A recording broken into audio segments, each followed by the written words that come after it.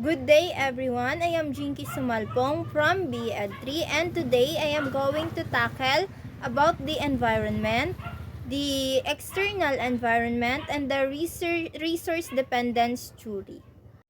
Objectives. At the end of the lesson, the students are expected to understand the impact of school environment on learning and develop empathy and respect for diverse cultures and backgrounds. So, what is environment? So, a school environment is broadly characterized by its facilities, classroom practices, school-based health supports, and disciplinary policies and practices. Also, it sets stage for the external factors that can affect these students. So a positive so what is a positive school environment and why it is important? Okay. A positive school environment is defined as a school having appropriate facilities, well-managed classrooms, available school-based health supports, and a clear, fair disciplinary policy. So, there are many hallmarks of the academic, disciplinary, and physical environments of schools with a positive climate. So it is very important that the environment is a positive school environment. So which is why depending on the environment that is present on a specific school will correlate to the performance of the stakeholders and the students therein. So, which is why when evaluating a learner, it is also a noteworthy to consider the schools they are in. Primarily, research of positive school environment is focused on physical conditions, density, privacy, activities areas, open spaces, and even green areas. So now I am going to tackle the external environment. So the external environment is a group of factors or conditions that are outside of the organization or outside of the school but affect it in some extent. So I have here some example of the selected external influences and constituencies for school district. So first is we have political and legal patterns.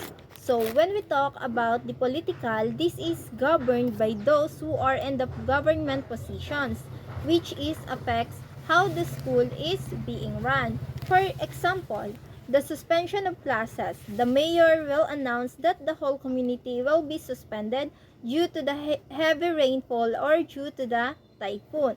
So, so next is we have societal conditions.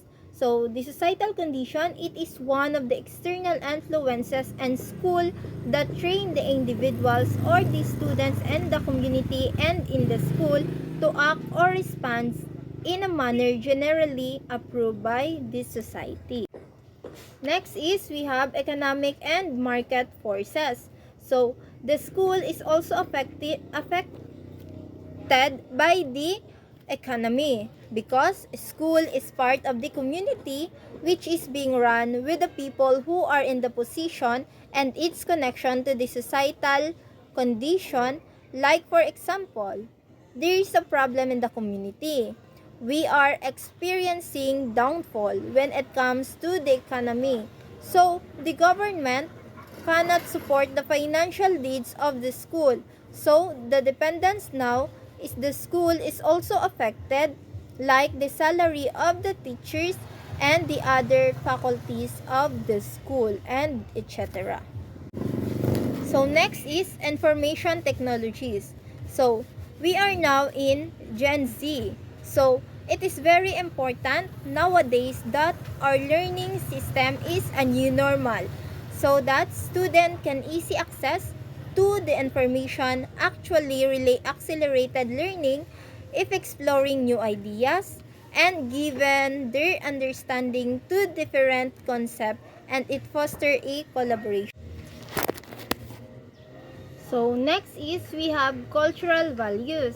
Cultural values helps the school learners to develop a great sense of identities that allows them to make use of the acquired skills effectively, and also it influences the school and how they understand community and communicate to each other, even if we have different cultures and beliefs.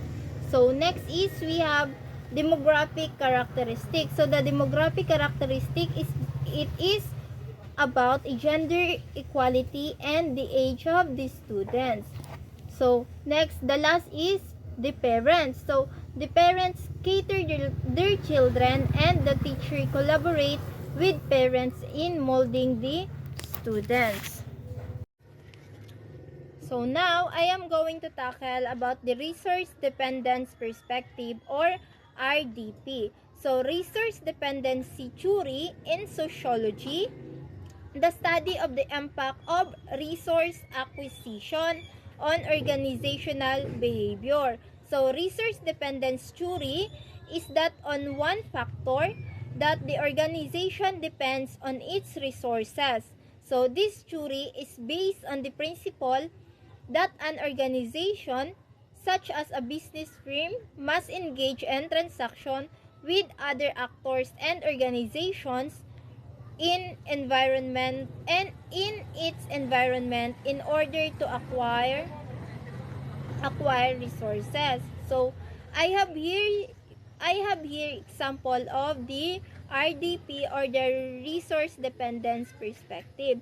So Mm, there is only one certified paper manufacturer in a particular country. So since the manufacturer knows that retailers do not have alternative paper sources, so the manufacturer makes it mandatory for them to buy quantities above a certain threshold.